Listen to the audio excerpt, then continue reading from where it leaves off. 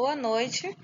Nós iremos falar sobre cadeia polipeptídica, transcrição do RNA, tradução de síntese de proteínas. Alunas Larissa Carvalho, Lívia Maria e Lúcia Cristine.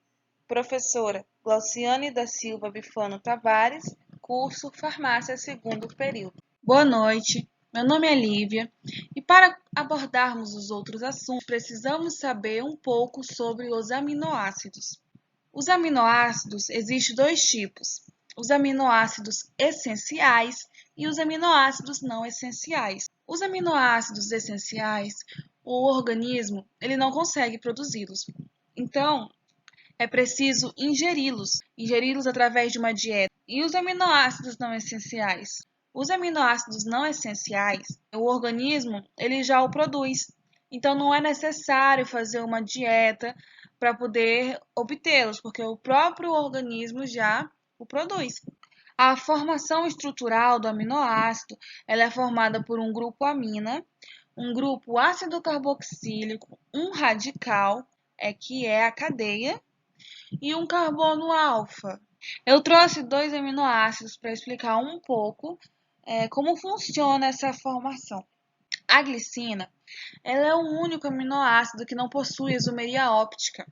E o que é isomeria óptica? É um carbono quiral, e o carbono quiral é quando é um carbono com 4 ligações diferentes.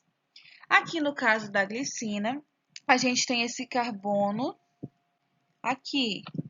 Ele era para ser o carbono quiral, certo? Mas não é. Por quê? Porque na forma estrutural dele, ele tem 2 hidrogênios. Então, já não pode ser um carbono quiral, porque para ser um carbono quiral tem que ser 4 diferentes. Aqui a gente pode ver nele a presença da amina, a presença do ácido carboxílico e a presença do hidrogênio, que é necessário para formar o aminoácido. Esse H aqui, esse hidrogênio, ele é o R lá de cima.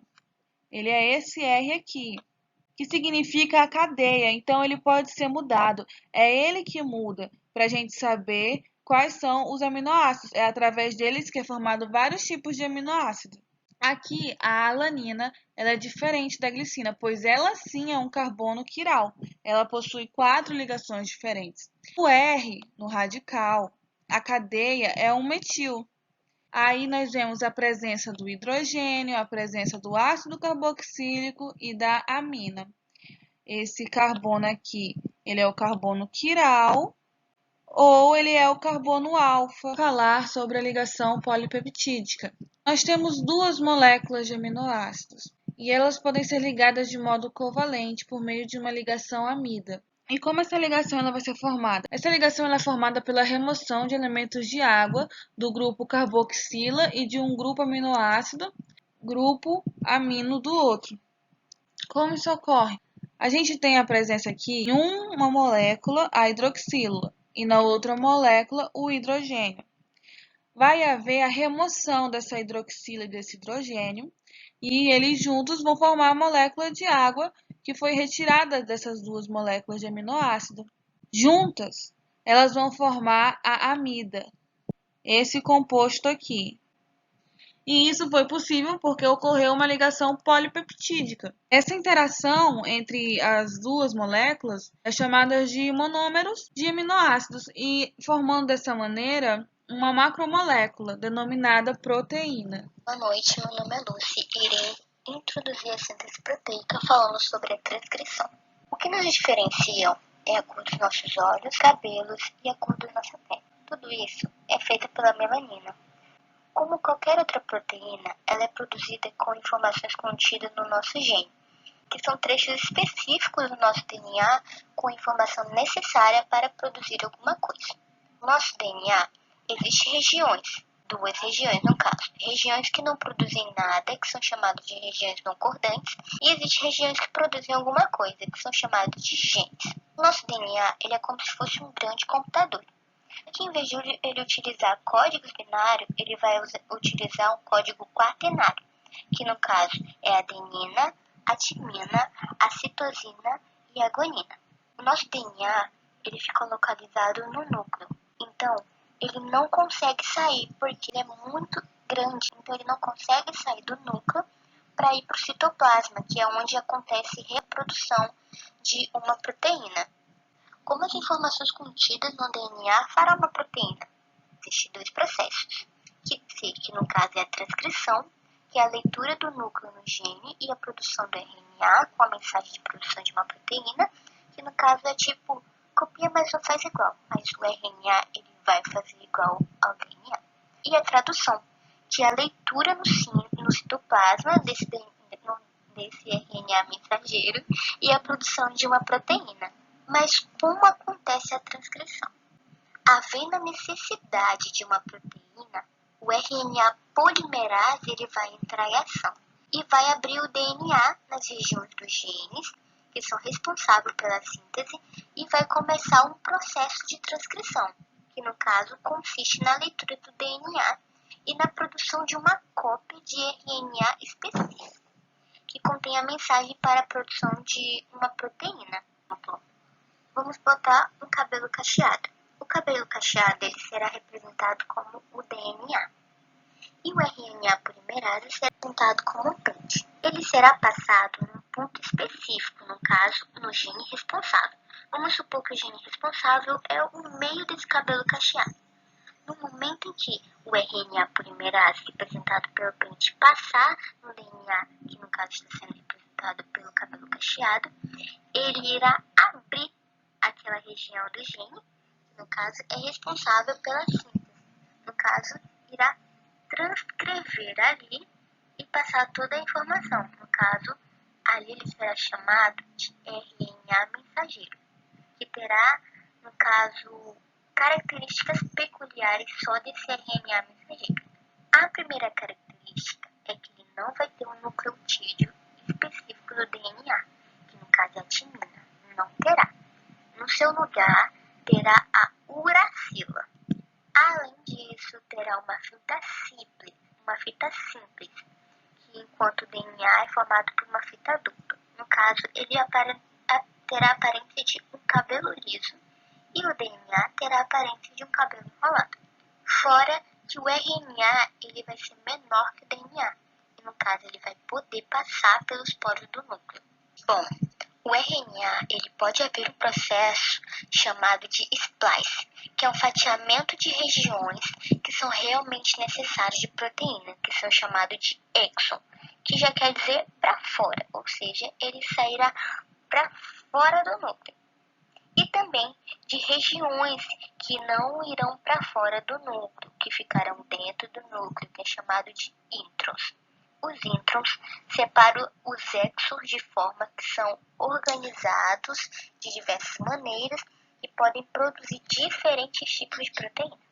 O exo ele vai sair do núcleo e compor o RNA mensageiro. Ao sair, ele vai levar informação de produção para uma estrutura celular chamada de ribossomal. Oi, meu nome é Larissa e eu vou falar um pouco sobre o código genético. O que é o código genético? Ele é a relação entre as bases nitrogenadas do DNA com a sequência correspondente de aminoácidos em uma proteína, sendo ele universal.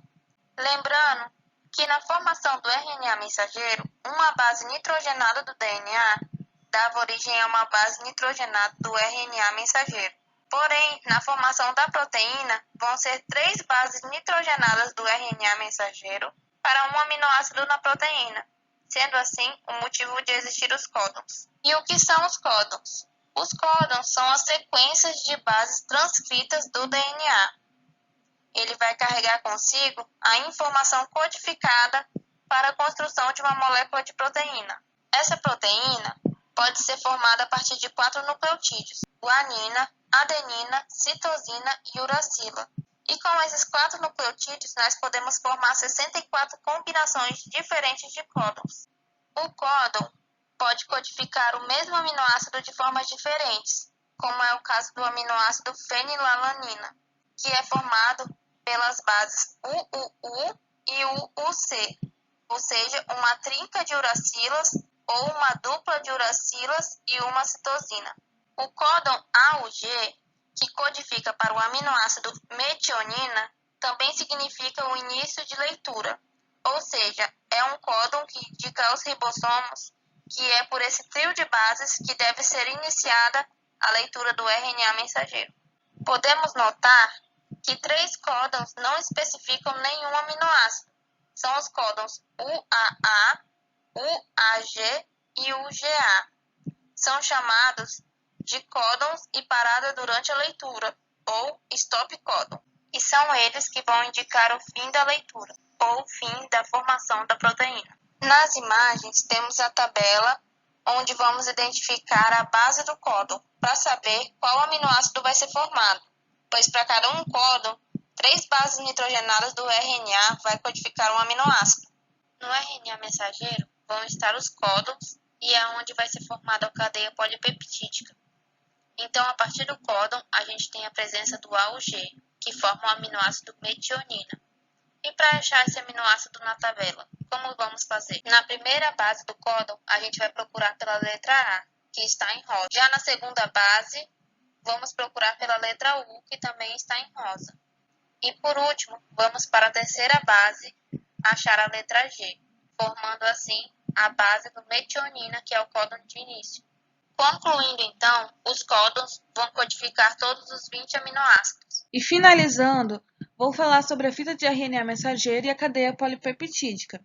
Após a fita do RNA ela já está amadurecida, ela sai do núcleo.